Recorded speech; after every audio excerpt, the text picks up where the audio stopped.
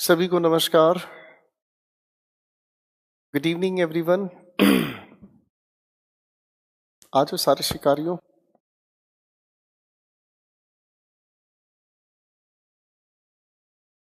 जरा कमेंट्स लगाना सर। शिकारी लोग कहाँ हैं अभी तक कोई? Good evening, good evening, good evening Manav, Bhagirath, Rahul, Deepak, Ranveer Singh, Arun Kumar, Amarjeet, Shreya,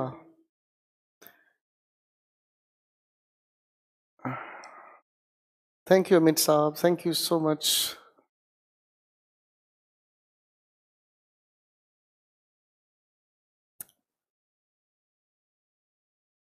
Sanjay Meel book आ रही है, चिंता मत करो बेटा, जिस दिन आ जाएगी उसी दिन आपके बैच में, सबसे पहले आप ही के बैच में फ्लैश करूंगा।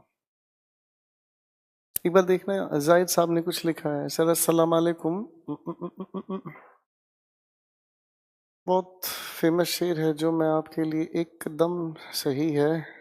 हजारों साल नरगिस अपनी बेनूरी पे रोती है, बड़ी मुश्किल से होता है चमन में दीदावर पैदा। Thank you so much, lovely lines, thank you so much. Good evening sir, आप ग्रेट हैं, हेड्स ऑफ टू यू। अभी जो सिलेबस की परछाई ही पड़ी थी और मेरे इंग्लिश के मार्क्स 50 से 24, 50 में से 24 टीयर 1 बढ़कर 174 से 200 टीयर 2 पर पहुंचे। केशव साहब कह रहे हैं खत्म होने के बाद तो अब लगता है 200 के 200 भी आएंगे। बिल्कुल आएंगे बच्चों, बिल्कुल आएंगे, बिल्कुल आएंगे।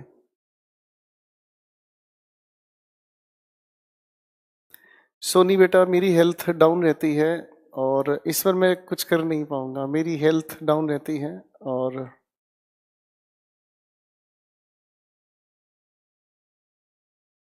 काम इतना ज़्यादा है और आराम है नहीं शरीर को। सुबह 8 से लेकर रात लगातार 10 बजे तक क्लास चलती रहती है, तो इसलिए आराम नहीं हो पाता, उसकी वजह से परेशान रहते हैं।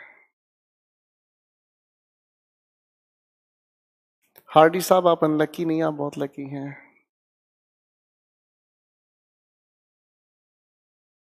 Good evening, I am from Odisha, now I am plus 3rd year. Sir क्या आपसे प्रिपरेशन मेरे लिए सही है? अरे सर, आप प्रिपरेशन सही कर रहे हैं, आप क्यों बिना बात पे मेरी रिकमेंडेशंस पर मत जाएं। आप बिल्कुल सही कर रहे हैं, आप तैयारी कर रहे हैं, आप जुड़े हुए हैं, सच्ची कोई ज़रूरत नहीं है। सर आप योगा कीजिए बस। राहुल थोड़ा सा और wait. Sir you are great, your teaching method is very simple, anybody can easily understand. Thank you so much Ravikant.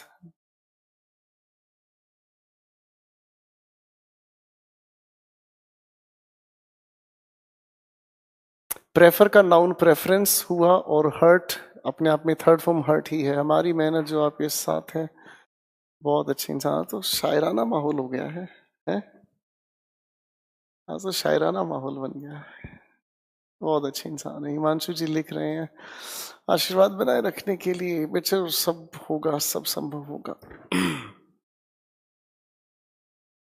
चलिए, मुझे लगता है थोड़ा सा समय अब अपना बचा लेना चाहिए और पढ़ने पर लगाना चाहिए। Thank you so much. Comment वाले सेक्शन को रोके लेडीज एंड जेंटलमैन, हाथ जोड़ विनती, सिर चरणों में ध्यान। सरकार जरा वो कैब डोज पर लगाए और वो कैब शुरू। आपके सामने वो कैब डोज अगले 25 शब्द धीरे धीरे से मेरी जिंदगी में आ रहे हैं। सबसे पहले एक प्यारा सा शब्द हमारे सामने आ रहा है, ग्लीन। ग्लीन की अगर हम बात करते हैं तो ग्लीन का अर्थ होता है कलेक्ट करना। ठीक है जी। अब देखो, इस कलेक्ट के बाद एक आगे जो शब्द लिखा है, इसको थोड़ा सा समझने की कोशिश करना। टुगेदर बेसिकली अपने आप में इसका अर्थ होता है एक साथ, ठीक है। लेकिन अगर हम इसको थोड़ा अलग लिखते हैं तो ये दोनों चीजें अलग हैं। गैदर अपने आप में एक वर्ब है और इसका अर्थ हुआ इकट्ठा करना, इकट्ठा करना। मैं पहली बार हिंदी लिख रहा हूं आपके सामने, अजीब लग रहा है, ठीक है ना। टुगेदर का अर्थ होता है एक साथ। बेसिकली टुगेदर एक एडजेक्टिव होता है, ठीक है ना जी।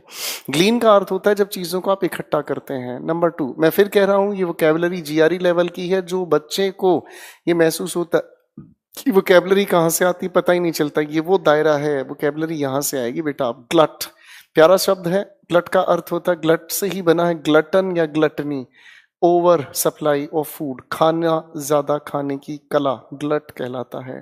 नंबर 3 पर आता है एक प्यारा सा शब्द जिसे हम कहते हैं बच्चों बर्निश। बर्निश की अगर हम बात करते हैं तो पॉलिश बाय रबिंग, जब आप रब करके किसी चीज पर पॉलिश लगाने की कोशिश करते हैं। ठीक है, ठीक है, अरे ठीक है, बर्निश हम कहते हैं पॉलिश करना, रब करके किसी चीज को चमकाना। कोहेर का अर्थ होता है एडेयर, किसी चीज का पालन करना। ठीक है, कोहेर शब्द से ही एक नाउन बनता है कोहेरेंस। कोहेरेंस ये शब्द आप लोगों के डिस्क्रिप्टिव एग्जामिनेशन में काम आता है। डिस्क्रिप्टिव की बात डिस्क्रिप्टिव के लेवल पे ही हम करेंगे, तब की बात तब, उसके पहले कहानी आगे। कोहेर का अर्थ होता है इंटरलिंक करना, सामंजस्य स्थापित करना। क्वेफर, नाइस वर्ड। क्वेफर का अर्थ होता है style of dressing hair. Dressing hair, आप लोग अपने बाल कटवाते हैं, अक्सर आप लोग बोलते हैं सर मैंने बाल कटवा लिए, ठीक है ना, आप बोलने की कोशिश करते हो हेयर कट। बच्चों हेयर कट अपने आप में एक स्लैंग है, ठीक है जी, ये एक स्लैंग है, ग्रामेटिकली ठीक नहीं होता।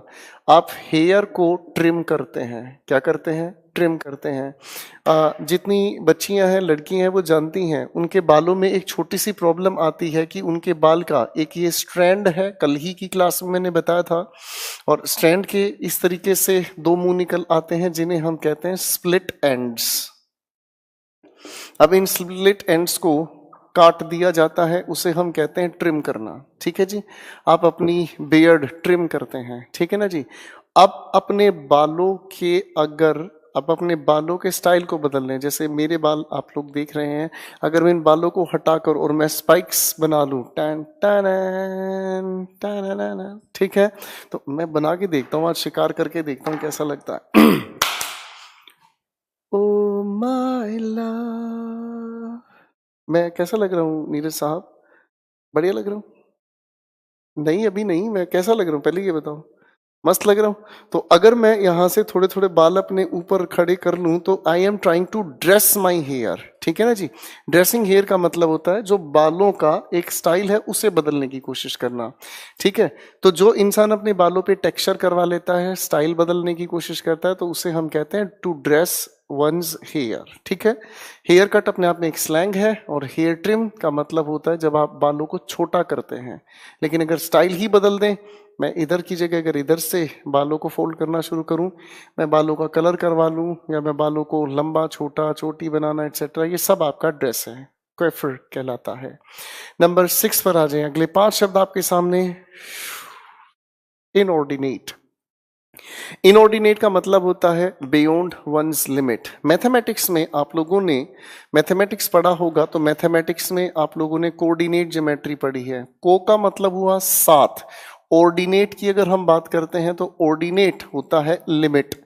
ऑर्डिनेट यहां से शुरू हुआ, ये जो भी है आपके सामने ये हुआ एब्सिस्सा, इसकी अगर बात करें तो ये ऑर्डिनेट।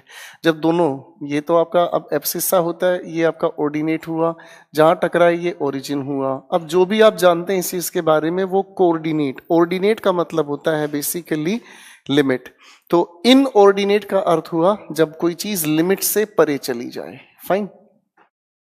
एक्स एक्सिस को आप कहते हैं एब्सिस्सा, और वाई एक्सिस को आप कहते हैं ऑर्डिनेट। दोनों आपस में मिलते हैं, बनते हैं कोऑर्डिनेट, और जहां ये टकराते हैं उसे हम कहते हैं ओरिजिन, और जो ये छोटे छोटे हिस्से बन गए इन्हें हम कहते हैं क्वाड्रेंट्स। मैथमेटिक्स पढ़ा दिया मैंने आज आपको। Ton ton.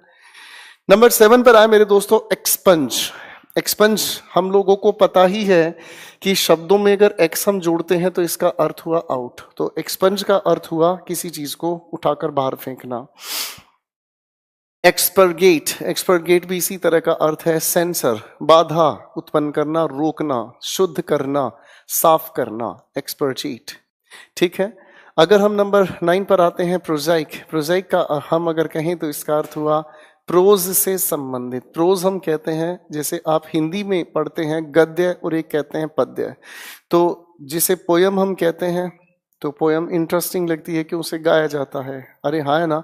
लेकिन अगर हम कहते हैं दूसरे हिस्से की जिसके अंदर स्टोरीज लिखी होती हैं, अनइंटरेस्टिंग होता है, डल कहलाता है, क्योंकि सेंटेंस टू सेंटेंस लिखे जाते हैं। प्रोजाइक।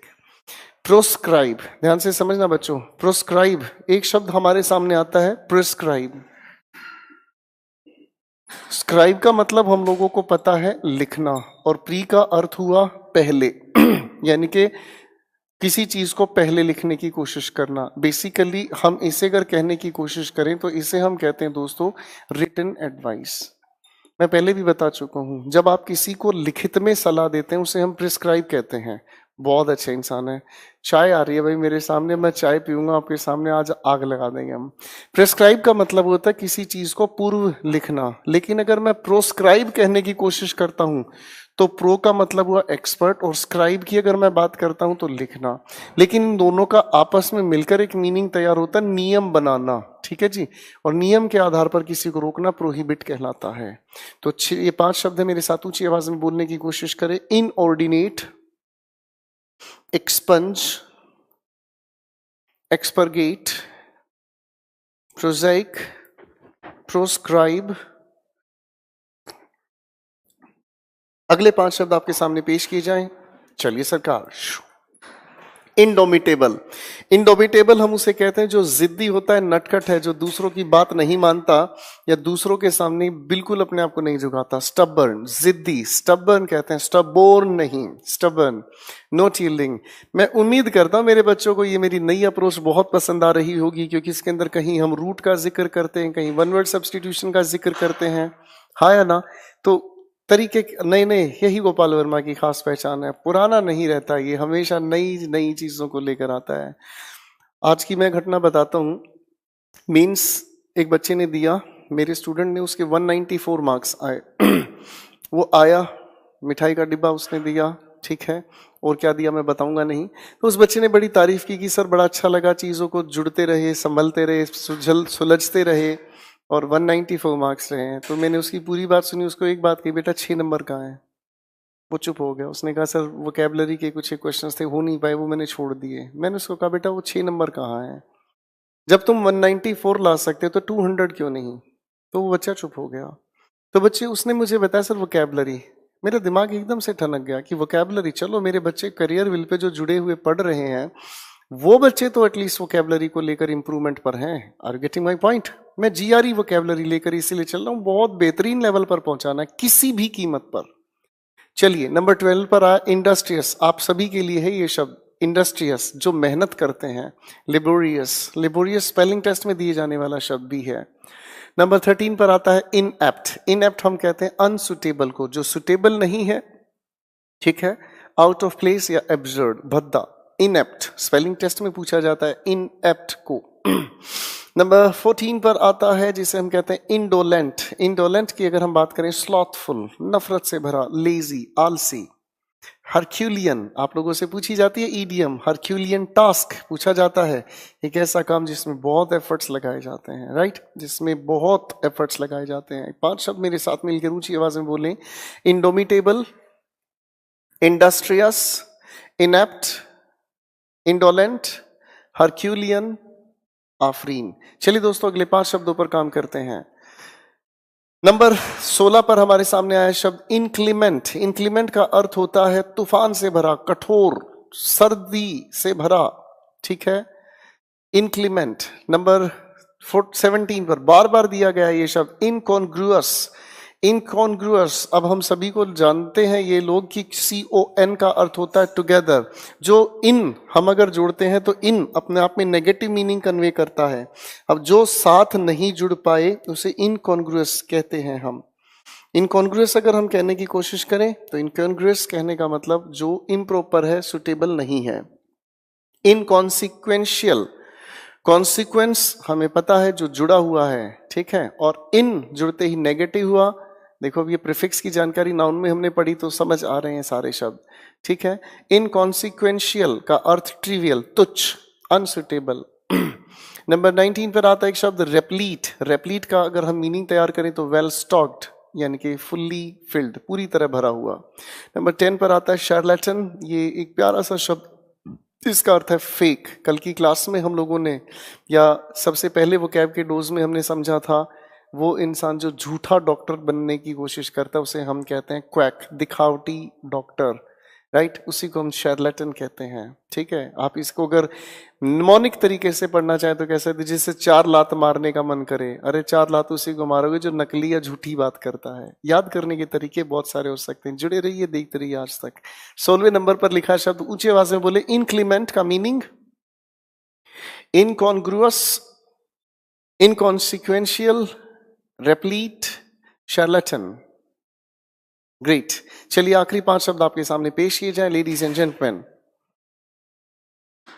नंबर 21 पर आता है शाइड। शाइड का अर्थ अगर हम कहें तो इसका अर्थ हुआ स्कोल्ड, डांटना, फटकारना, बुरी तरीके से डांटना। इसी का एक सिनोनिम आता है रेप्रीमेंड। सर वो शब्द आपको पता ही है, स्कोल्ड, रिप्यूक। नंबर 22 पर आता है डिस्क्राई। डिस्क्राई का अर्थ होता है सोचना या छानबीन करना, परसीव, सोचना, छानबीन करना। नंबर 23 पर आता है डिसर्न। डिसर्न की अगर हम बात करते हैं तो इसका अर्थ हुआ टू जज, किसी चीज का आकलन करना। डिस्क्रेट का अर्थ हुआ to deprive of sacred character, जिसका चरित्र भंग किया जाए। ठीक है ना जी। डिस्क्रेट ये शब्द यूज किया जा रहा है आजकल, जो लड़कियों के साथ अपमान वाली बात होती है या लड़कियों के साथ जो भद्दा व्यवहार होता है उस चीज के लिए। ठीक है दोस्तों। और एक आखिरी शब्द आता है जिसे हम कहते हैं कॉन्सिक्रेट। कॉन्सिक्रेट का अर्थ हुआ सेक्रेड। ये डेस्क्रेट का ही एंटोनिम है, देख लीजिएगा बड़े ध्यान से। तो 5 शब्दों के अर्थ मुझे फटाफट से पढ़कर सुनाएं। सबसे पहले शब्द लिखा है शाइड,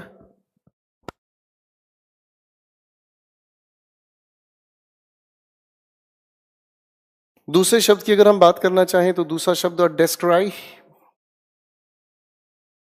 तीसरे शब्द की अगर हम बात करें तो तीसरा शब्द आया डिसर्न, डेस्क्रेट, कॉन्सिक्रेट। तो इन सभी के सभी शब्दों को आप रिवाइज करें दोस्तों फटाफट से। चलिए दोस्तों, हम पिछली क्लास में जिन शब्दों पर काम कर रहे थे वो शब्द थे हमारे नाउन की प्रैक्टिस पर हम काम कर रहे थे। तो इन सारे के सारे शब्दों को हटाते हैं। नाउन के क्वेश्चंस आपके सामने फ्लैश होंगे, मैं आपके साथ मिलकर हर एक क्वेश्चन को सोल्व करूंगा, फिर लेके चलेंगे प्रोनाउन की कहानी पर। चलिए दोस्तों, नाउन के क्वेश्चंस आपके सामने पेश किए जाएं, कहानी को हटाएं। चलिए दोस्तों, 5 सवाल आपके सामने हम लोगों ने पिछली क्लास में डिस्कस किए थे। सर नंबर 6 क्वेश्चन पर कहानी शुरू करते हैं। क्वेश्चन नंबर 6 पर काम करेंगे। Yesterday she gave me several pieces of advices. हमें पता है एडवाइस का प्लूरल बनाने के लिए पीसेस ऑफ तो अपनी जगह ठीक है, पर एडवाइस का प्लूरल नहीं बनता। Several pieces of advice uncountable noun है।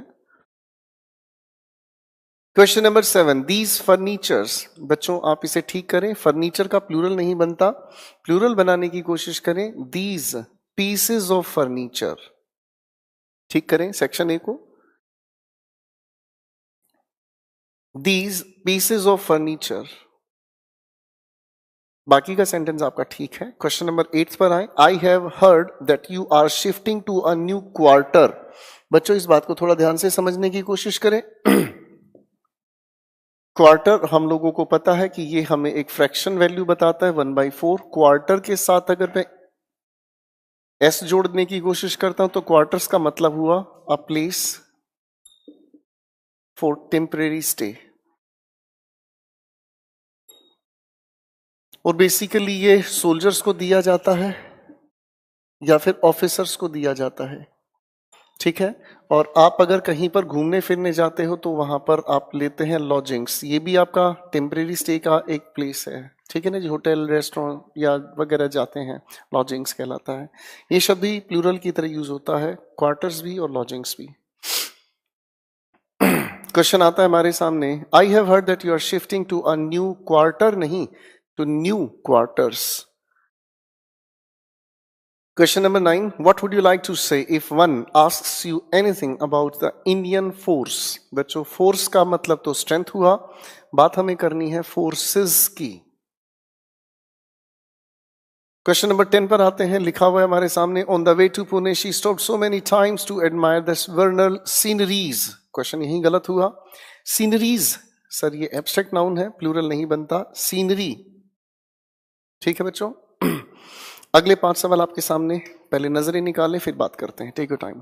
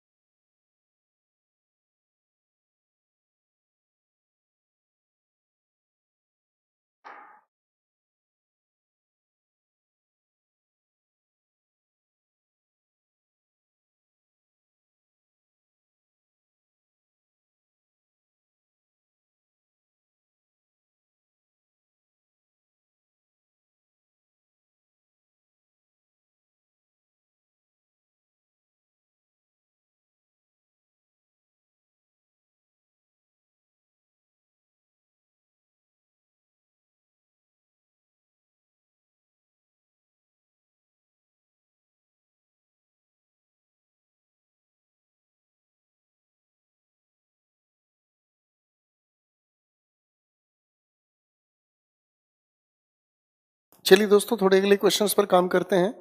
क्वेश्चन नंबर 11 हमारे सामने आया और कहता है, would you please tell me how many soaps. बच्चों, इस सोप शब्द को थोड़ा ध्यान से समझने का काम करें। अगर हम इस सोप को ध्यान से देखने की कोशिश करते हैं तो ये बेसिकली एक मटेरियल नाउन है। फाइन। तो सोप को जब आप मटेरियल से प्रोडक्ट में यूज करना चाहते हो तो ये हो सकता है अ बार ऑफ सोप। होने के लिए अगर हम कहना चाहें तो इसे हम कहते हैं अ केक ऑफ सोप। आप कहने के लिए कहना चाहें तो अ पीस ऑफ सोप। अब भाई साहब, जो आप यूज कर रहे हो तो प्लूरल अगर बनाना है तो इन्हीं का प्लूरल बनाओ। How many pieces of soap, how many cakes of soap, या how many bars of soap. ठीक है, तो आपको इसको करेक्ट करना होगा। आपके सामने करेक्ट करने का तरीका है। क्वेश्चन नंबर 12 पर आए। क्वेश्चन नंबर 11 में आपने ठीक किया, हाउ मेनी, ऑप्शन बी के अंदर ठीक करेंगे, pieces of soap do you use in a month. Question 12, don't you know her angers. Question यही खत्म हुआ। एंगर अनकाउंटेबल नाउन है, इसका प्लूरल नहीं बनाया जाता। Don't you know her anger, बाकी का सेंटेंस अपने आप में ठीक है। क्वेश्चन नंबर 13 पर अगर हम काम करें तो क्वेश्चन नंबर 13 कहता है, can you give me at least 5 breads. Sir, आप जो खाते हैं वो ब्रेड। देखो बच्चों, ब्रेड अपने आप में एक अनकाउंटेबल नाउन है, और जो आप खाते हैं मैं आपको बता देता हूं, मार्केट से जो आप खरीद के लाते हैं दोस्तों, वो चीज इस तरह की हुई, हाँ या ना। इस चीज की अगर हम बात करें तो इसे हम कहते हैं लोफ ऑफ ब्रेड। ठीक, अगर आप इसके हिस्से को इस तरीके से काट के खाने की कोशिश करते हैं, it is called slice of bread. इसके अगर टुकड़े आप खाने की कोशिश करें, it is called crumb of bread.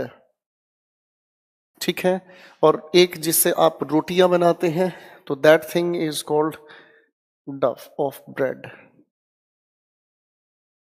जिस चीज से आपकी रोटियां बनाई जाती हैं, यू गॉट माई पॉइंट, रोटियां बनाई जाती हैं। पिज्जा आप खाते हो तो पिज्जा का बेस इसी से तैयार होता है, ये होगा डव। तो मैं जो कहना चाहता हूं कि नॉलेज की जो दायरे हैं वो छोटे नहीं है। इसे जितना सीखने की कोशिश करोगे उतना समझ आएगा और उतना यहां से दिमाग खुलता जाएगा। ठीक है ना। आपके बैच से पहले आज करियर वेल पर एक नया बैच मैंने शुरू किया है। बच्चों को सिखाओ, अपने आसपास के लोगों को जाके दिखाओ, देख भाई सीखने का ये तरीका है। नाउन को कितने हल्के में लोग लेकर चलते हैं, ऐसे ही रट बैठे हैं कि इसके साथ ये आता है वो आता है, उन्हें ये पता ही नहीं क्यों आता है। पेपर तक जाते जाते तोता उड़, मैना उड़, भैंस उड़, गोपाल वर्मा उड़। सीखने के लिए आए बच्चों, सीखो। दिल खुश हो जाएगा जिस दिन आप लोगों का मेरे साथ समापन होगा। हमारा सिलेबस ज्यादा नहीं बचता है। हम लोग अब पार्ट्स ऑफ स्पीच पर मेहनत करने वाले हैं, और पार्ट्स ऑफ स्पीच आपकी लैंग्वेज की जान है। ठीक है, बीच में ही मैं आप लोगों का कॉम्प्रीहेंशन, क्लोज टेस्ट और PQRS भी उठाना शुरू करने ही वाला हूं। क्वेश्चन नंबर 11, हम ज्यादा से ज्यादा 1 महीने का और सफर पर बचे हैं। क्वेश्चन नंबर 11 पर हम लोगों ने समझने का काम किया, 12 हमने सॉल्व किया, 13 पर हम चल रहे थे। 5, अब इसमें से जो चीज आप खाने की बात कर रहे हो तो आप इस पूरी ब्रिक को तो नहीं खाओगे, तो आप जो खाने की बात कर रहे हो 5 slices of bread. Question next पर आते हैं हम। A few days ago she received a letter of advices, गलत जा रहे हो sir, letter of advice how to give a makeover to life। Question number 15, commander in chiefs. हम लोगों ने समझा था कि सर कंपाउंड का प्लूरल बनाने के लिए हम मेजर वर्ड पर फोकस करते हैं। इसकी भी वजह प्रेपोजिशन समझाइए, ऐसा क्यों होता है। यही होता प्यार है क्या। 15 को ठीक करें, कमांडर्स इन चीफ आर। ठीक है बच्चों, अगले क्वेश्चंस पर काम करते हैं। अगले 5 सवाल आपके सामने हैं। जरा थोड़ा सा ध्यान लगाएं। बहुत पुराना शेर याद आता है, कौन कहता है आसमान में सुराख नहीं होता, जरा तबीयत से एक पत्थर उछाल के तो देखो।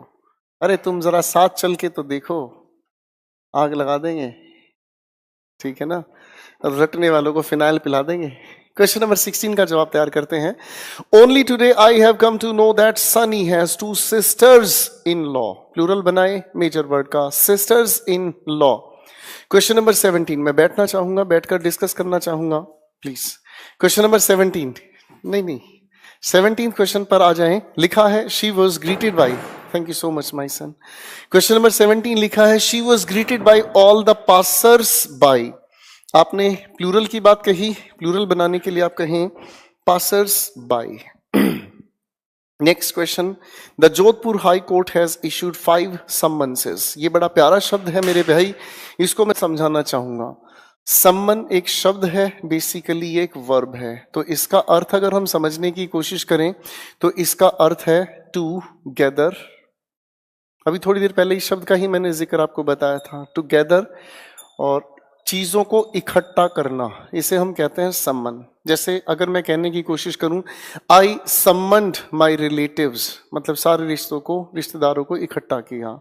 ठीक, आप अगर इसी को नाउन की तरह यूज करते हैं तो इट इज कॉल्ड सम्मन्स। ये बेसिकली एक नाउन है। सम्मन्स का मतलब हुआ अ कोर्ट ऑर्डर, कोर्ट का आदेश सम्मन्स कहलाता है। अब ये अपने आप में याद रखना बच्चों, सिंगुलर काउंटेबल नाउन है, प्लूरल बनाना है इसका, तो ये तैयार हुआ सम्मन्सेस। ये हुआ आपका प्लूरल काउंटेबल नाउन। ठीक है, इसी जैसा एक शब्द और आता है जिसे हमने कहा इनिंग।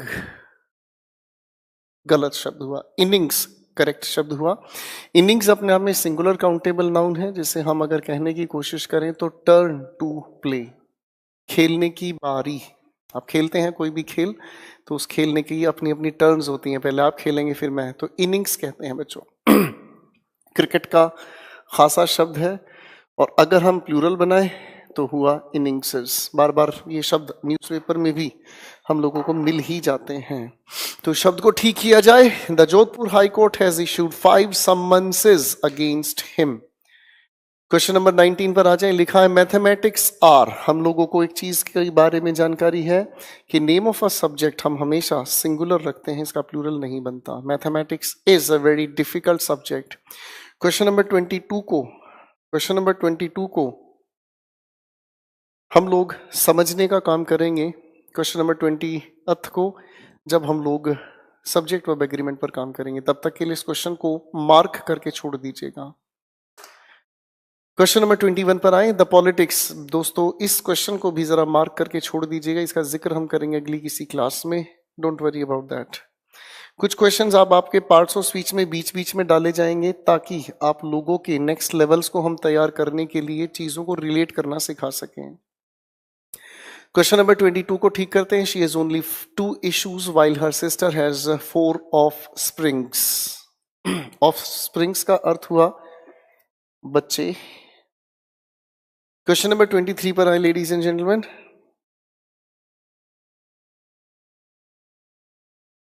क्वेश्चन नंबर 23 पर आए, most people in India now live in a house built of BRICS. हमें पता है कि बिल्ट ऑफ के साथ ये जो लिखा है, बेसिकली ये बताने की कोशिश हुई मटेरियल नाउन की, और बच्चों हम लोग जानते हैं मटेरियल नाउन अनकाउंटेबल नाउन होता है, इसका प्लूरल नहीं बनता। Built of brick. Question number 24 पर काम करते हैं। What she told me to ask you that wherever you go to market get her some fruits. आप इसे ठीक करें। मैंने बताया भी था आप लोगों को, फ्रूट खाने की लायक चीजें होती हैं, और फ्रूट्स का अर्थ होता है रिजल्ट। मार्केट से जो लेकर आ रहे हैं आप, उसे आप फ्रूट कहें लो दोस्तों, तो ये करेक्ट होना चाहिए, get her some fruit. Question number 25 को आंसर के अकॉर्डिंग करेक्ट करते हैं।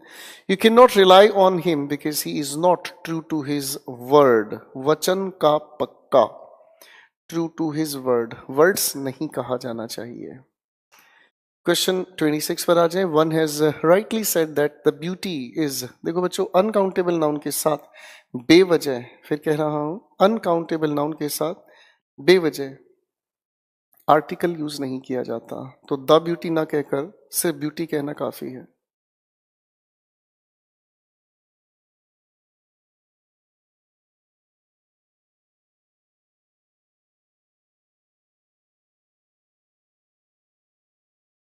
नेक्स्ट क्वेश्चन पर हम काम करते हैं।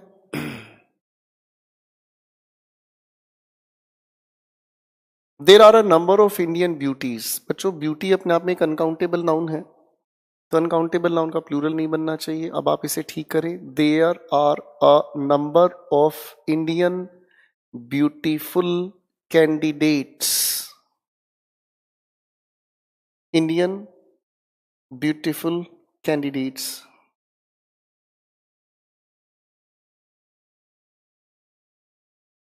Next question 28, I have an urgent work. हम जानते हैं बच्चों, वर्क एक अनकाउंटेबल नाउन है, अगर ये अनकाउंटेबल नाउन हुआ तो बच्चों इसका प्लूरल बनाना हो या इसे सिंगुलर काउंटेबल नाउन बनाना है तो I have an urgent piece of work to do right now. Question number 29, the news were so shocking that it, तो इसे ठीक किया जाए, न्यूज अपने आप में एक सिंगुलर नाउन है बच्चों, the news was so shocking that. Question 30th पर आते हैं, we need to change this house as, sorry, because it is out of repair, repairs ना कहा जाए, repair. Question 31, her hairs are not so straight, बच्चों ठीक किया जाए इसे, her hair is not so straight as yours, बाकी का सेंटेंस आपका ठीक हुआ, her hair is not so straight and silky. Question 32 पर आए, can you imagine that she has 52 pairs of shoes, बिल्कुल ठीक है बच्चों, सवाल में कोई एरर नहीं है, नो एरर मार्क करें।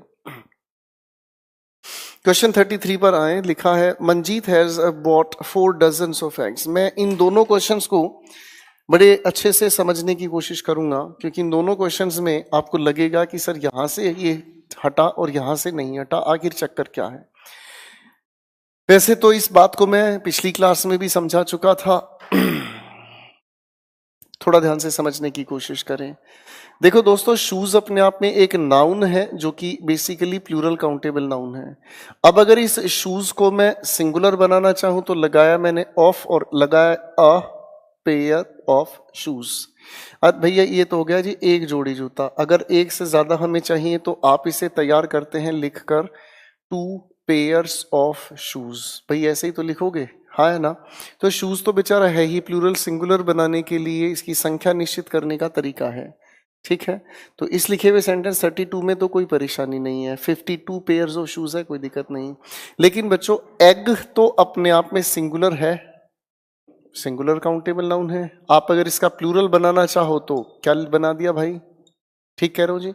अब अगर मैं कहने की कोशिश करता हूं, मैंने एक छोटी सी बात लिखी 4 एग्स, ठीक है। अगर मैं 4 के साथ डजन लगा देने की कोशिश करता हूं तो ये यूनिट वाला सवाल तैयार हुआ, न्यूमेरल यूनिट नाउन, तो ये अपने अपने ठीक हुआ, तो इसमें ऑफ लगाने की क्या जरूरत है।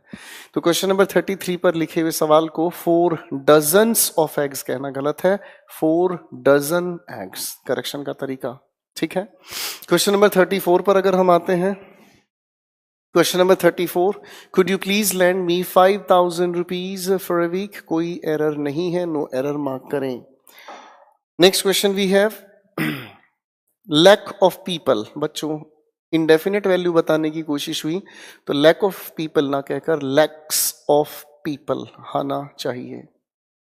क्वेश्चन 36 पर आए, लिखा है 30 मिलियन ऑफ पीपल। देखो बच्चों डेफिनेट है ये वैल्यू, 30 न्यूमेरल हुआ, मिलियन यूनिट हुआ, जब डेफिनेट हुआ तो ऑफ लगाने की जरूरत नहीं है। 30 million people are below the poverty line etcetera. Question number 37 पर आए, can you bring 10 inches ruler, question गलत जा रहा है बच्चों, 10 न्यूमेरल हुआ, इंच यूनिट हुई, उसके बाद नाउन हुआ, तो बच्चों यूनिट को हम सिंगुलर यूज करते हैं, 10 इंच रूलर। क्वेश्चन नंबर 38 पर आए, लिखा है बड़ा प्यारा सवाल, you will surely get tired you take another 2 miles walk, फिर वही सवाल आया, आप इसे ठीक कर सकते हैं 2 माइल वॉक।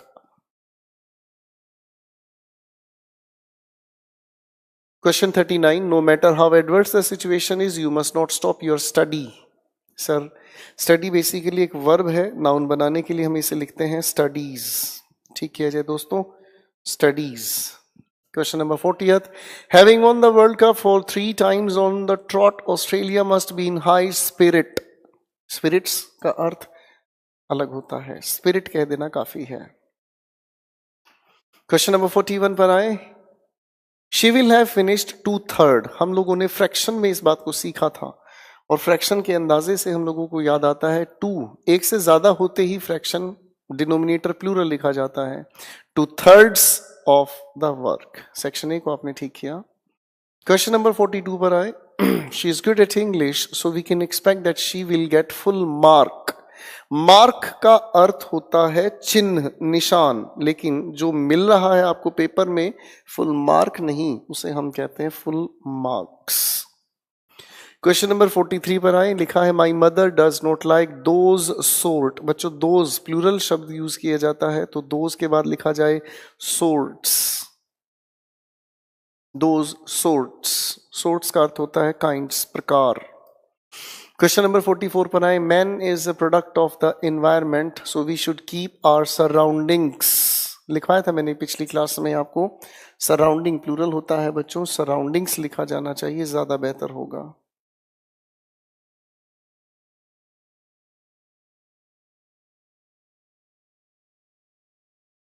ठीक है बच्चों।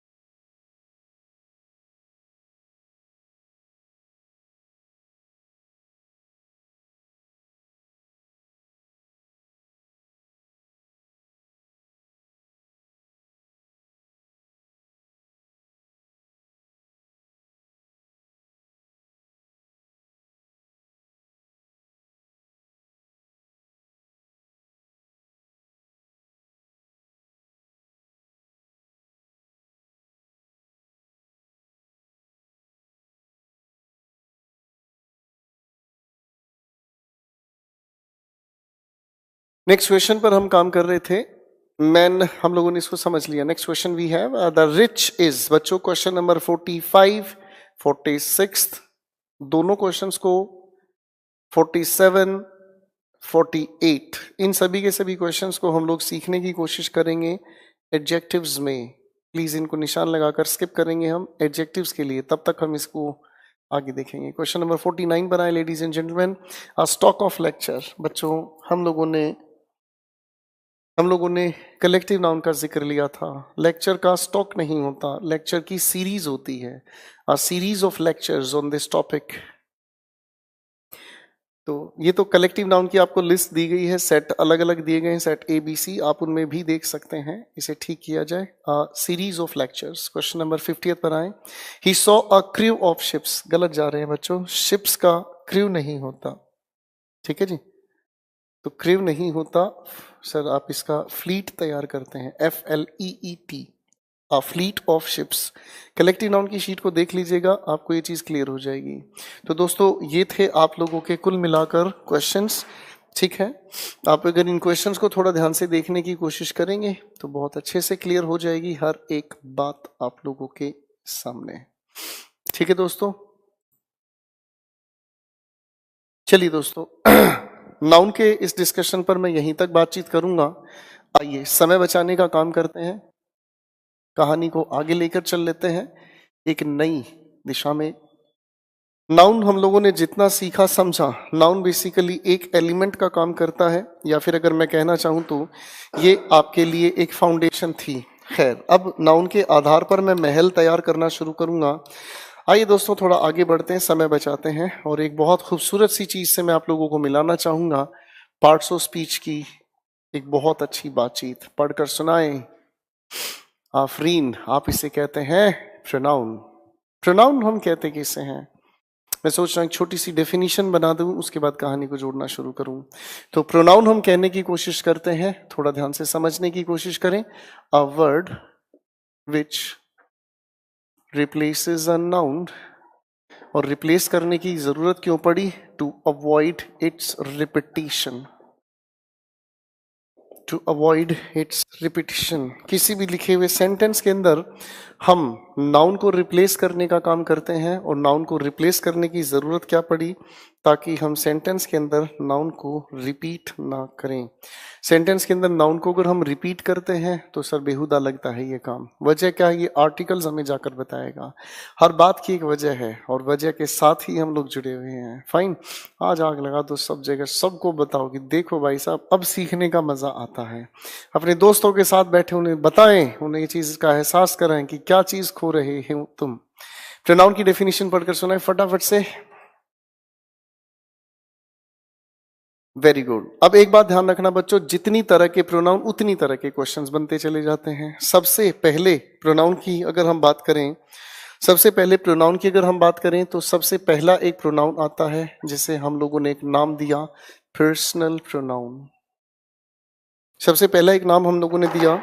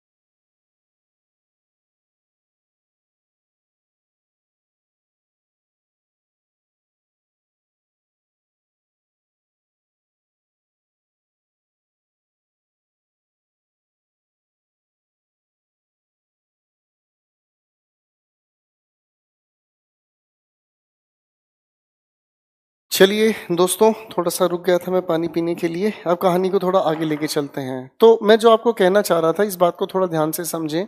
जितनी तरह के प्रोनाउन उतनी तरह के सवालात आपके सामने आते हैं। इसमें सबसे पहले कि मैंने नाम लिखा पर्सनल प्रोनाउन। पर्सनल प्रोनाउन में पर्सनल शब्द का क्या अर्थ है, हम लोगों ने इसके बारे में कहीं ना कहीं सुना है। थोड़ा सा लिखूंगा, याद आ जाएगा।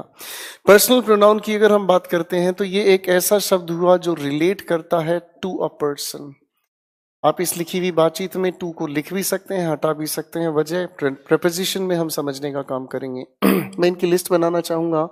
आई, माई, मी, कुछ सुने सुने लगते हैं। We, are, us, you, your, you, he, his, him, she, her Har, Mahadev, it, its, it, और एक बड़ा प्यारा शब्द दे, देया, और एक शब्द मैंने लिखा देम। ठीक है बच्चों, तो ये है कुल मिलाकर 7 शब्द जिन्हें हम पर्सनल प्रोनाउन कहते हैं। हम लोगों ने इनका जिक्र कहीं ना कहीं सुना है, याद आया होगा। नरेशन के दौरान ये शब्द हमारे जिक्र में आए। एक एक करके इनको समझने की कोशिश करते हैं। अगर हम इन सभी के सभी शब्दों को देखने का काम करें तो आई का जिक्र हम यूज करते हैं हमेशा सिंगुलर हेल्पिंग वर्ब के साथ। मैं एक बार फिर कह देता हूं, हो सकता है कुछ मूर्खानंद बाद में जागे और फिर मेरा गला पकड़े। इस बात को ध्यान रखना, सब्जेक्ट वर्ब एग्रीमेंट नाम का टॉपिक मैं साथ साथ लेकर चल रहा हूं। फिर कह रहा हूं, सब्जेक्ट वर्ब एग्रीमेंट नाम का टॉपिक मैं साथ साथ लेकर चल रहा हूं, क्योंकि सब्जेक्ट वर्ब एग्रीमेंट अलग से कोई टॉपिक नहीं होता। ये सभी के सभी पार्ट्स ऑफ स्पीच के साथ मिलकर एक दिल बनाता है। बोलो हाँ, ठीक है। इस बात को आज खोपड़े में घुसेड़ लेना भाई, नहीं तो 10 दिन के बाद परेशानी होगी। क्योंकि जब मैं चीजों को रिलेट करना शुरू करूंगा तो दिक्कत होती है। फाइन। कहाँ क्या सुना समझा सीखा, मुझे उससे ताल्लुक नहीं है। कहाँ क्या समझना सीखना चाहिए, अब इससे ताल्लुक है। ठीक है। कई सारे बच्चों को लगता है कि सर आप कभी कभी बड़ी कठोर बात कहते हो। मजबूरी है। मैं एक मूर्तिकार हूं, आप मेरे सामने पड़े एक शिला हैं, एक पत्थर हैं। मेरी चोट आप लोगों को खूबसूरती देगी। आप अगर कहीं गलत रास्ते पर गलत तरीके से समझने की कोशिश करेंगे, मैं आपको चोट दूंगा।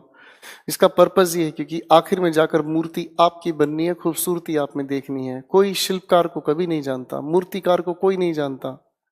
याद रखना, जानते हैं उस मूर्ति को, प्रशंसा उसे मिलती है। बच्चे जिस दिन सिलेक्शन लेकर आओगे ना, उस दिन आपको इन शब्दों को नहीं, रिजल्ट को देखने को मिलेगा। फाइन। आई का हम लोग यूज करते हैं सिंगुलर हेल्पिंग वर्ब के साथ, लेकिन 2 ऐसे टेंस हम लोगों के सामने आए जिनका बिहेवियर हम प्लूरल के साथ लेकर चलते हैं। और एक हुआ हमारे सामने प्रेजेंट इंडेफिनिट, और दूसरे की अगर हम बात करें तो प्रेजेंट परफेक्ट। 2 टेंसेस हैं, कभी हम लोगों ने टेंस पढ़े थे, उसमें हम लोगों ने इनका जिक्र पढ़ा है। राइट। वी का अगर हम जिक्र करें तो ये यूज होता है हमेशा प्लूरल हेल्पिंग वर्ब के साथ, राइट। अगर मैं इस बात को दूसरे तरीके से समझूं, मैं अगर इस क्लास में बोल रहा हूं तो अपने लिए क्या यूज करूंगा मेरे भाई? आई। ठीक। बोलने का काम अगर हम सब कर रहे हैं तो क्या यूज करोगे बच्चों? वी। अरे हाँ है ना। इसका मतलब तो ये समझ आया कि बोलने का काम अगर किया जा रहा है तो इसका जिक्र हम लोग लेके चलते हैं बोलने वाले के लिए स्पीकर, यानी कि जो फर्स्ट पर्सन हम लोग कहते हैं वो बेसिकली एक स्पीकर है। अब अगर इस क्लास में मैं बोल रहा हूं तो आप लोग सुन रहे हैं, सुन रहा है ना तू? तो बच्चों, सर हम एक इंसान के लिए भी यू का यूज कर सकते हैं, एक से ज्यादा के लिए भी यू का यूज कर सकते हैं, पर आने वाली हेल्पिंग वर्ब अपन डिसाइड कर चुके कौन सी रही भाई? Plural helping verb.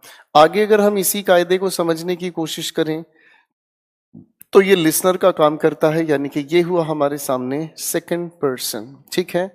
अगली अगर हम बात करना चाहें तो मेरे भाई इस ही की अगर मैं बात कहूं तो ये सिंगुलर हेल्पिंग वर्ब के दायरे में आया और ये यूज होता है मैस्कुलिन के लिए, राइट।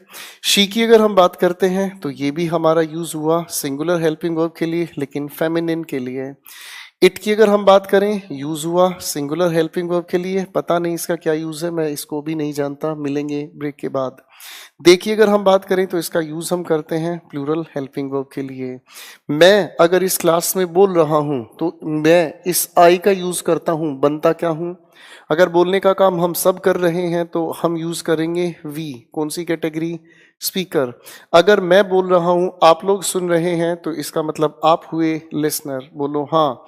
अगर मैं बोल रहा हूं आप सुन रहे हैं तो वो इंसान कौन है? वो इंसान है जो हमारी कॉन्वर्सेशन में पार्टिसिपेट नहीं कर रहा, कॉन्वर्सेशन से वो बाहर हुआ।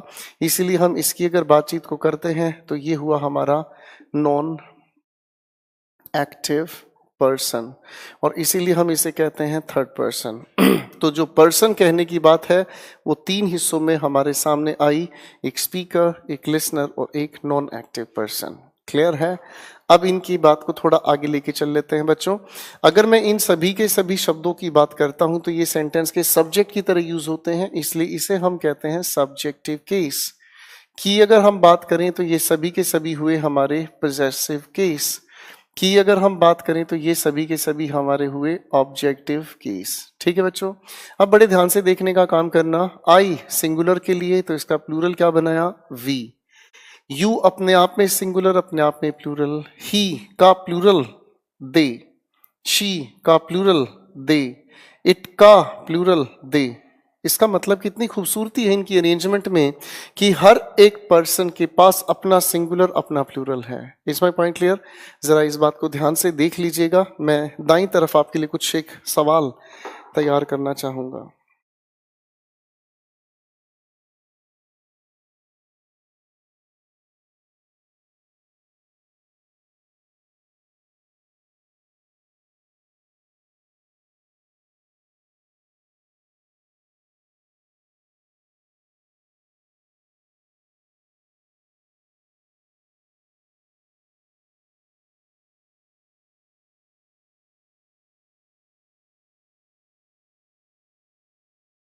फटाफट से देख लीजिएगा बच्चों।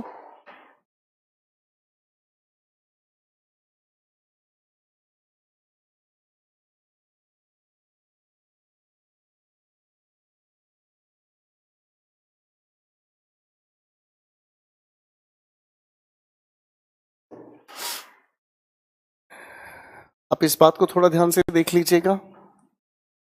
कल एक बच्चे ने लिखा सर, वो बच्चा कहता है कि सर अब ऐसा लगता है कि बातें स्पीड से चल रही हैं। देखो ध्यान से इस बात को समझो बच्चों। आपका समय 1.5 घंटे का है। अगर मैं इस समय के अंदर आपको लिखने का समय देता हूं, आप बैठे रहो स्क्रीन को सामने लेकर देखते रहो, तो ये समझने का तरीका ठीक नहीं है। फाइन। ऑफलाइन क्लासेस में इन्हीं चीजों को लेकर बहुत ज्यादा टाइम लगता है। ऑनलाइन का फायदा ये है, सुने ध्यान से, देखें और समझें। लिखने के समय के लिए आपके पास वीडियो रिकॉर्डेड है। ऑफलाइन बैचेस में रिकॉर्डेड वीडियो नहीं मिलती, इसलिए वहां पर हमारा कोर्स बहुत स्लो चलता है। यहाँ फायदा उठाएं बच्चों समय बचाने का। बड़े ध्यान से सुने और समझें। मैं कुछ क्वेश्चंस आपके सामने लिख रहा हूं, बड़े ध्यान से इन लिखे हुए सेंटेंसेस पर काम करना शुरू करें। सोचें, प्लीज कमेंट्स पर ध्यान ना दें।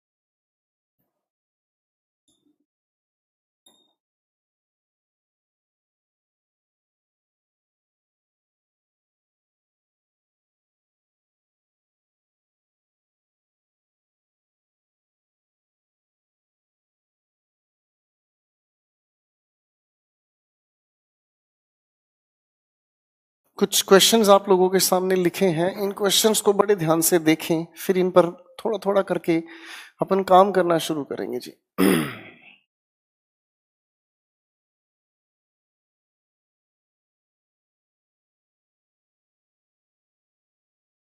देखें, समझें, विचारें।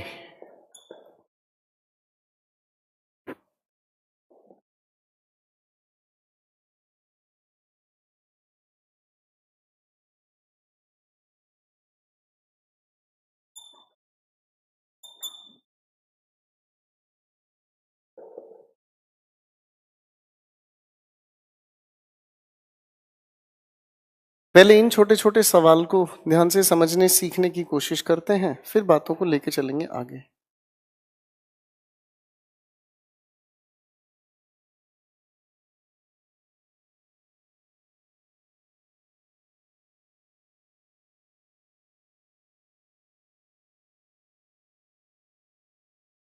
चलिए दोस्तों, एक एक करके कहानी को समझते हैं।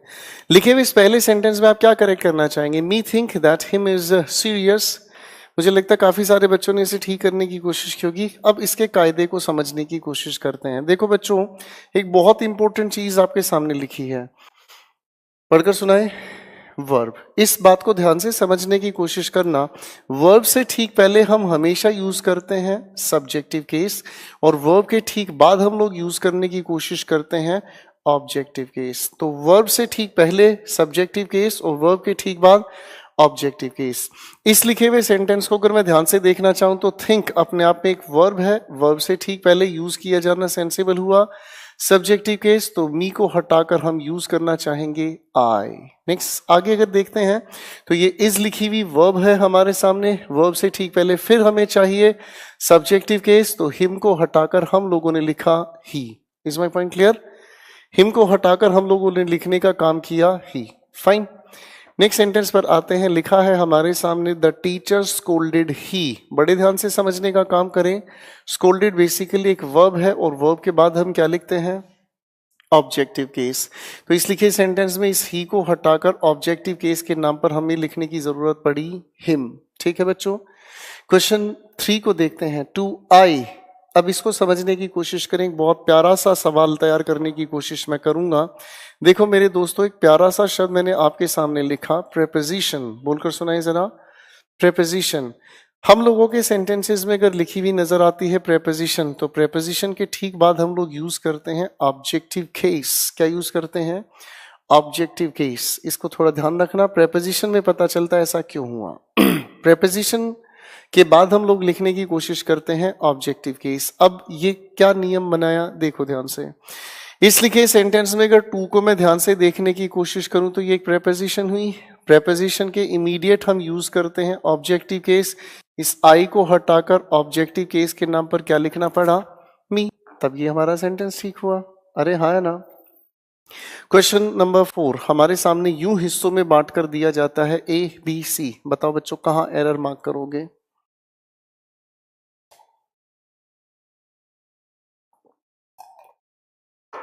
अगर इस लिखे हुए सेंटेंस को हम ध्यान से देखने की कोशिश करें तो ये लिखी हमारे सामने प्रेपोजिशन।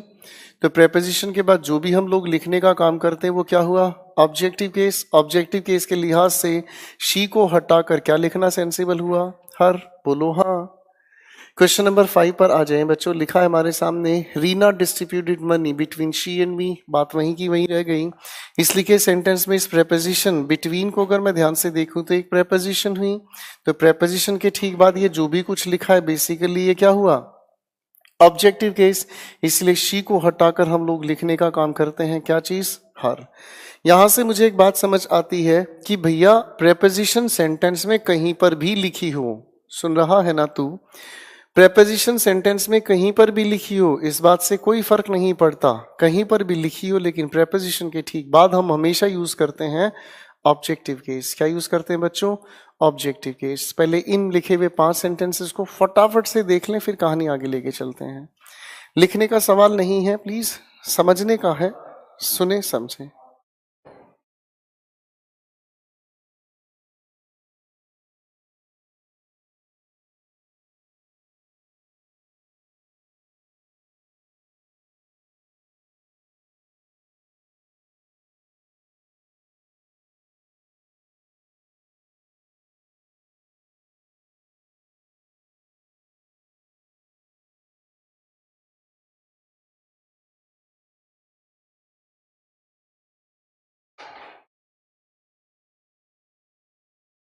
चलिए दोस्तों, उम्मीद करता हूं आपने ये पहले क्वेश्चंस 1 से लेकर 5 तक आप लोगों ने समझ लिए होंगे।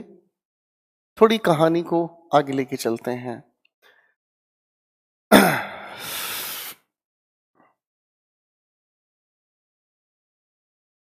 मैं अगर क्वेश्चन नंबर 6 को समझने सोल्व करने के प्रयास पर काम करूं तो क्वेश्चन नंबर 6 को सोल्व करने के लिए मैं इस क्वेश्चन को थोड़ा ऊपर लिखना चाहूंगा और ये सवाल लिखा है he like I have done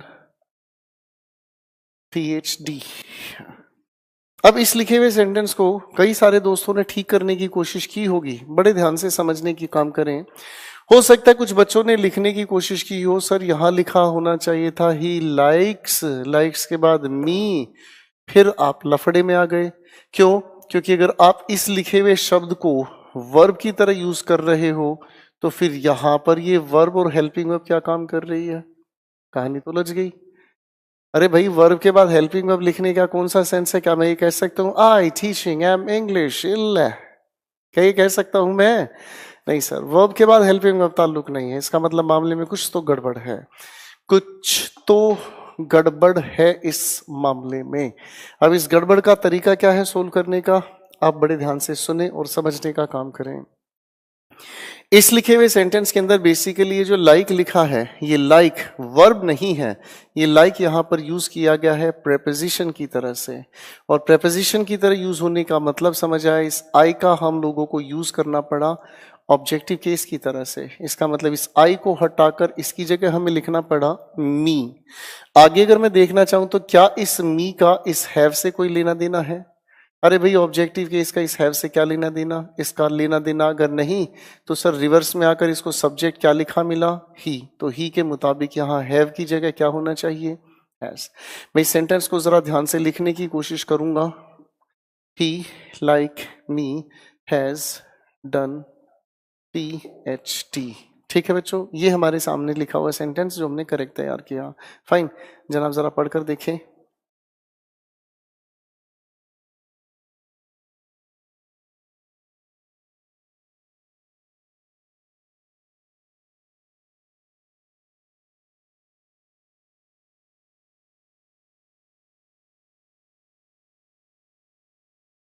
तो अगर लिखे हुए सेंटेंस को मैं थोड़ा सा समझना चाहूं तो बच्चों, ये लाइक अपने आप में अभी अभी हमने जाना क्या है भाई? प्रेपोजिशन के साथ जुड़ा ये मी क्या है?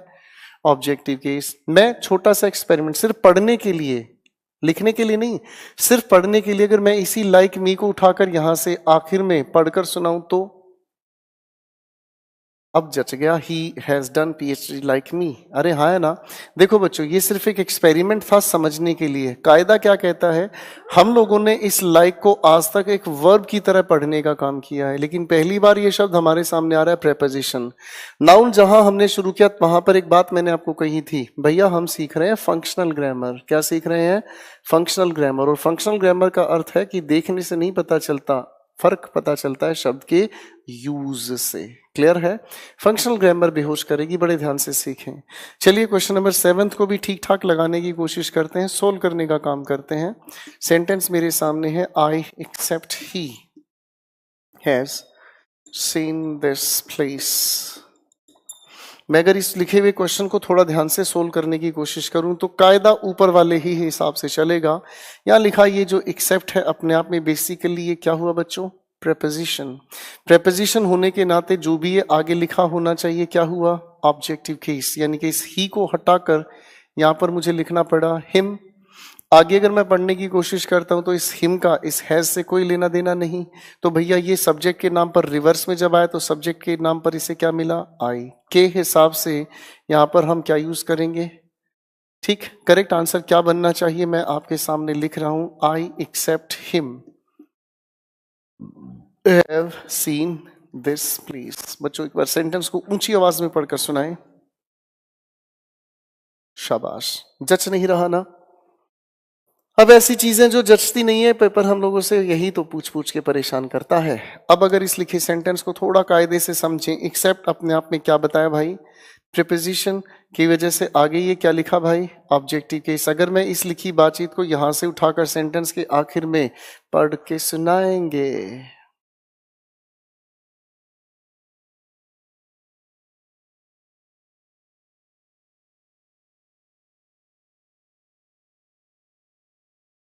पढ़कर सुनाओ बच्चों।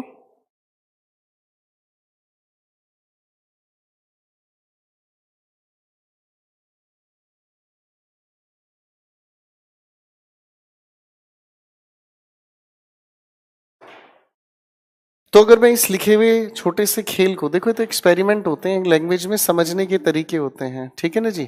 अब अगर इस लिखी हुई बातचीत को मैं ध्यान से समझने का काम करता हूं, तो भैया जितना मैंने अंडरलाइन किया उतना ही पढ़कर सुनाओ। शाबाश। मैं अगर आपसे सवाल पूछूं, ध्यान से सोचकर बताना, यह स्थान किसने देखा? मैंने। किसने नहीं देखा? हिमने। यही तो इसका अर्थ है, हाँ या ना? चलो ठीक है, इस अर्थ को ध्यान में रखना। अब मेरे सामने एक अगला सेंटेंस आता है भाई, इसको थोड़ा देखने की कोशिश करते हैं। लिखा है she and not they are invited here. मैं अगर इस लिखे हुए सेंटेंस को जितना अंडरलाइन करूं बच्चों, जरा उतना ही पढ़कर सुनाना। Very good sir. अब मुझे ध्यान से सोचकर ये बताओ सरकार, इनवाइट किसे किया गया है? आप कहोगे शी एंड दे को। अरे हाँ या ना? आप लोगों ने आज तक ऐसा कोई सेंटेंस नहीं बनाया जिसमें हम एंड के साथ नॉट यूज करते हैं। नॉट तो हम आज तक हेल्पिंग वर्ब के साथ यूज कर रहे थे, एंड के साथ नॉट आने का ताल्लुक पहली बार हम देख रहे हैं। कुछ तो गड़बड़ है दया, कुछ तो गड़बड़ है। कहीं ऐसा तो नहीं इस एंड और नोट को जब हम एक साथ मिलाकर पढ़ रहे हैं तो कहानी में एक बदलाव आ रहा है। मैं अगर आपसे पूछूं, हाँ जी बाबूजी, किसको इनवाइट किया गया? शी को। किसको इनवाइट नहीं किया गया? दे को। तो कहीं ऐसा तो नहीं जो मीनिंग हम लोगों ने यहां तैयार किया था वही मीनिंग इस एंड और नोट का मिलकर तैयार हुआ? तो अगर आप इसे थोड़ा ध्यान से देखें, दोनों का मीनिंग सेम है, तो सर ये अपने आप में कौन सा शब्द हुआ? प्रेपोजिशन। यानी कि एंड और नोट जब आपस में मिले तो ये भी किस चीज का काम कर गए? प्रेपोजिशन। तो भैया प्रेपोजिशन के बाद तो हम लोगों को चाहिए कौन सा केस?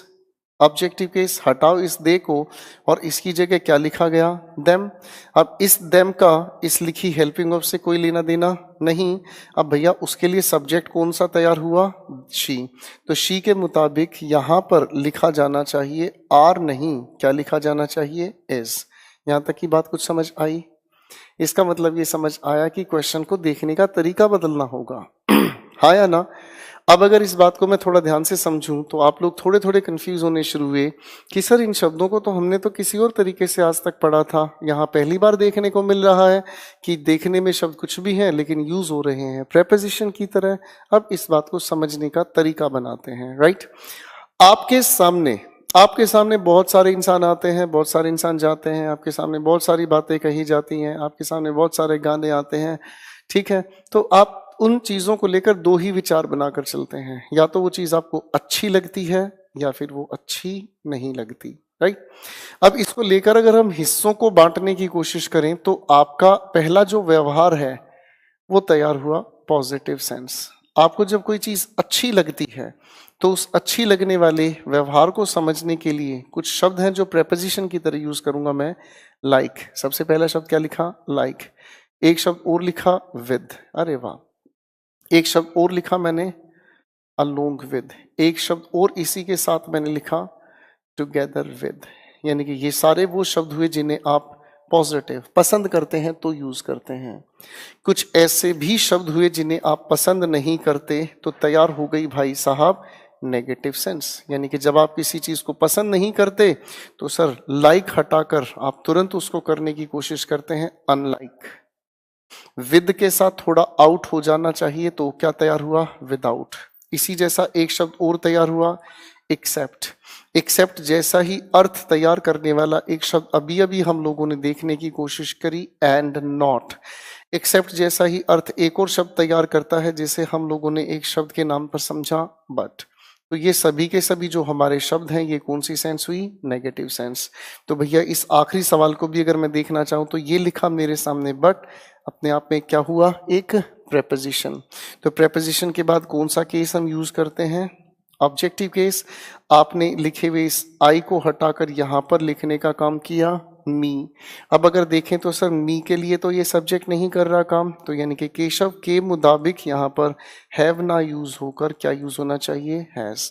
बड़े ध्यान से इस बातचीत को देखें, समझने की कोशिश करें। मैं रुक रहा हूं थोड़े से पलों के लिए।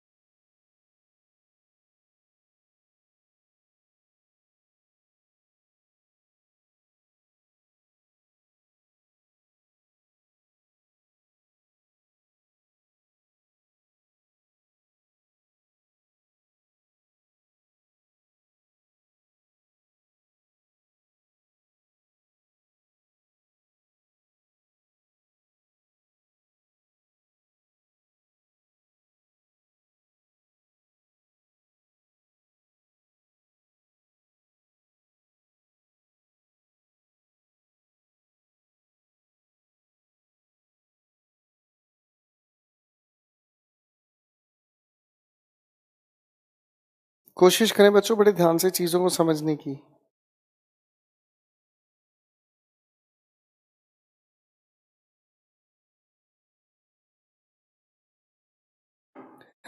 अब आप लोगों के दिलों में एक सवाल आ रहा होगा कि सर देखो, आप तो एक टीचर हैं। बच्चों इस वीडियो को बार बार देखना, बहुत प्यार से चीजें समझ आएंगी, ठीक है।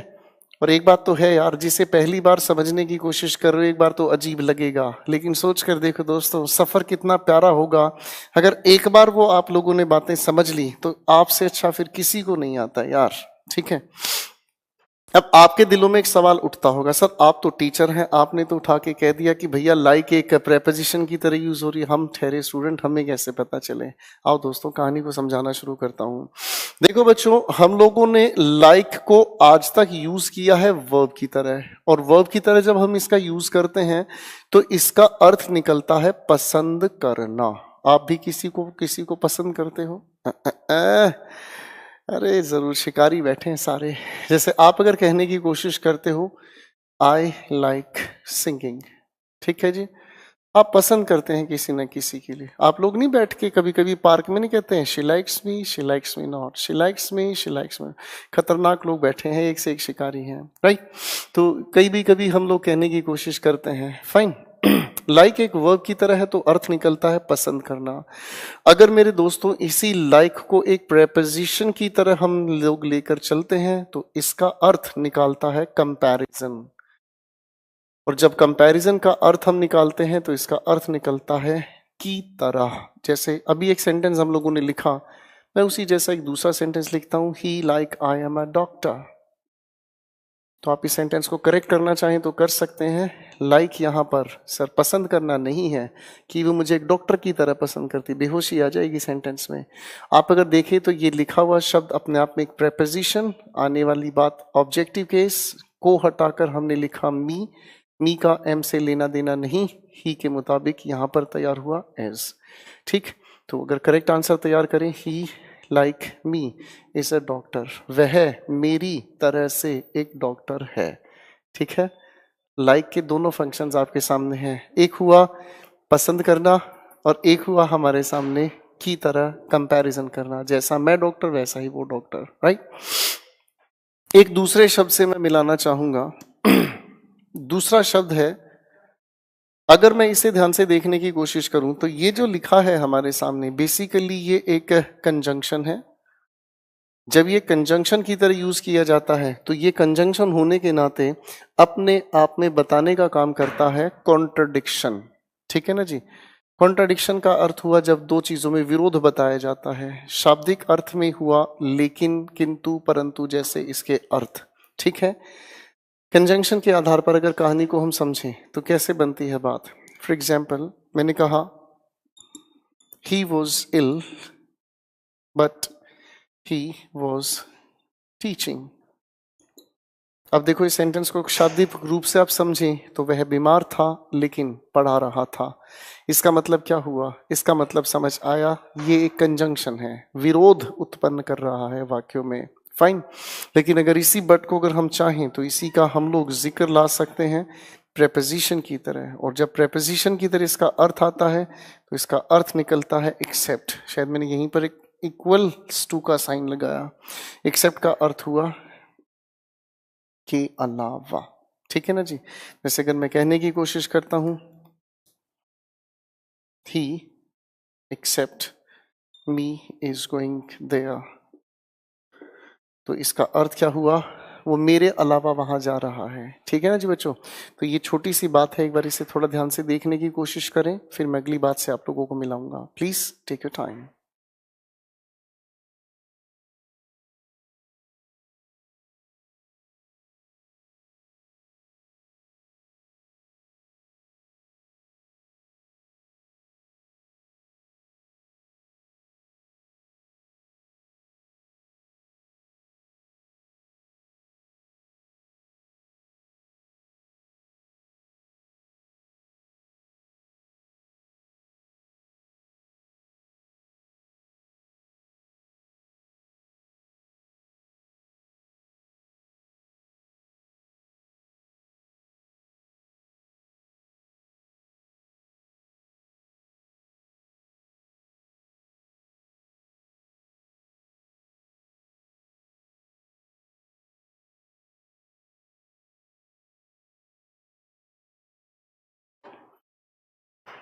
ठीक है बच्चों, बड़े ध्यान से सीखो, समझो, हर बात आसान होती है, मुश्किल तो हमारा एटीट्यूड उसे बनाता है।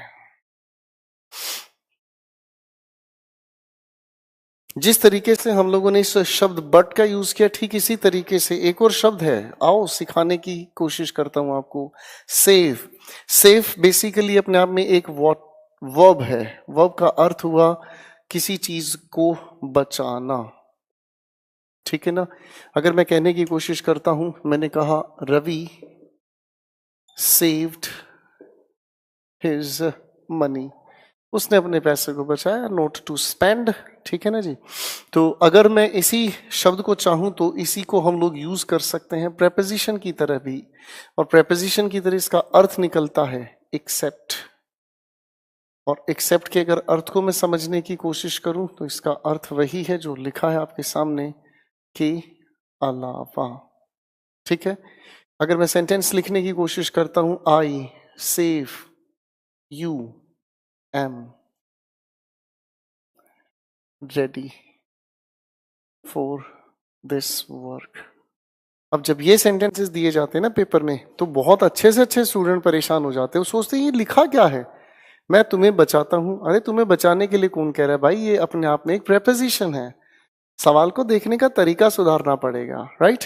नियम से मिलाता हूं, यहां पर ये बचाने की कोशिश नहीं, ये तो प्रेपोजिशन है, मैं आपके अलावा, यानी कि ये जो लिखा है ऑब्जेक्टिव केस का ताल्लुक इससे नहीं। अगर नहीं तो इसके लिए सब्जेक्ट कौन सा लिखा है, अपनी जगह बिल्कुल ठीक है। Is my point clear? ठीक है बच्चों, यहां तक बात समझ आ रही है। चलो, एक बात मुझे याद आती है, थोड़ा सा आगे चल रहा हूं बच्चों। एक बात मुझे ये बात याद आती है, हमने इससे पिछली किसी क्लास में, या हमने इससे पिछली ही क्लास में एक नियम याद किया था। मैं उसे लिख रहा हूं, थोड़ा ध्यान से देखने की कोशिश करें। और नियम क्या था? जब हम दो अलग अलग सब्जेक्ट्स को प्रेपोजिशन से जोड़ने की कोशिश करते हैं, जब हम दो अलग अलग सब्जेक्ट को प्रेपोजिशन से जोड़ने की कोशिश करते हैं, तो आने वाली जो भी हेल्पिंग वर्ब है वो हम पहले सब्जेक्ट के अकॉर्डिंग यूज करते हैं। देखो, नियम में कोई परेशानी नहीं है। अभी अभी हम लोग मिलकर आए हैं कि प्रेपोजिशन के बाद आने वाला केस कौन सा हुआ? Objective case. यानी कि इस लिखे हुए प्रेपोजिशन के बाद लिखा हुआ ये जो भी शब्द है वो बेसिकली कौन से केस में हुआ भाई? ऑब्जेक्टिव केस में। अब अगर ये लिखा ऑब्जेक्टिव केस है तो ऑब्जेक्टिव केस का इस हेल्पिंग वर्ब से तो कोई लेना देना है ही नहीं।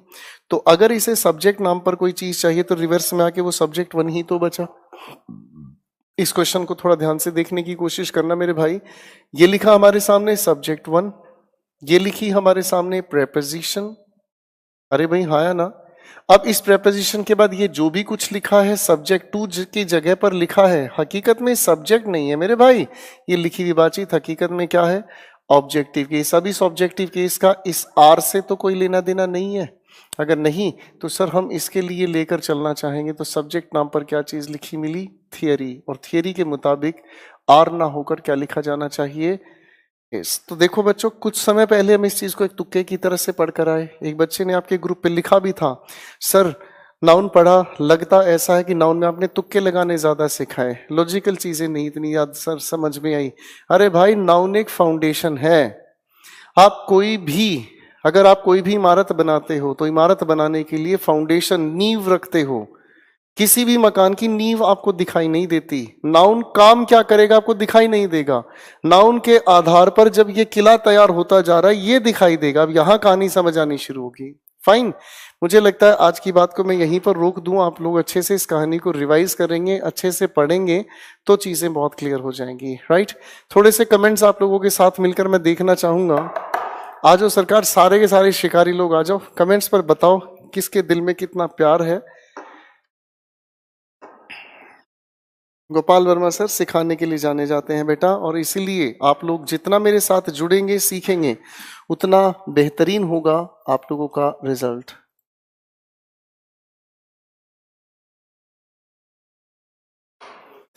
चलिए फटाफट से कमेंट्स पर आ जाओ, थोड़े से कमेंट्स देख लेते हैं कौन कौन शिकारी क्या कर रहा है।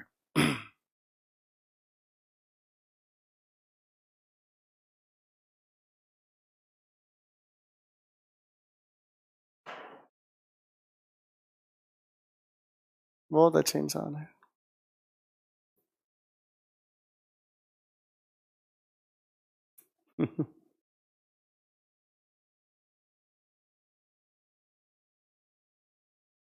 मानस साहब कहते हैं आज की क्लास आउटस्टैंडिंग है सर। अरे बेटा, आउटस्टैंडिंग कोई क्लास नहीं है। नाउन तैयार हो गया है, नाउन के आधार पर जब धीरे धीरे चीजें उठानी शुरू करूंगा, आप देखो तो सही, मजा आएगा। ठीक है, शिवानी मैडम पूछ रही क्या क्या टॉपिक हैं, और इसके बाद हम आपको लेके चलेंगे लंका दहन, किष्किंधा कांड, सुंदर कांड, ये चीजें पढ़ाऊंगा। अरे मूर्ख इंसान, जो बचा है सारा सिलेबस है। ऐसे ऐसे लोगों को मन करता है कि इनको ऐसे बैठा के ऐसे मुक्का जड़ दूं। ठीक है, चलिए दोस्तों, बहुत अच्छे इंसान है। आप सभी को दिल से नमस्कार, good night, sleep well, revise करें, टेक योर टाइम।